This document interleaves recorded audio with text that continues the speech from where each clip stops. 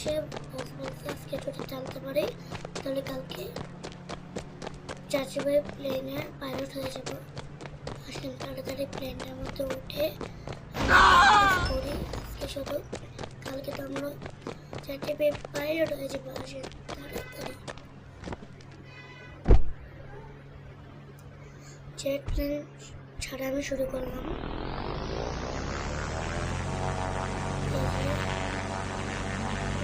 কালকে আমি ভালো লাগতেছে, কালকে আমি একটা চাচি ভাই পাইলট। আরে আরে আমার প্লেন উপরে আসছে না, নিচে নেমে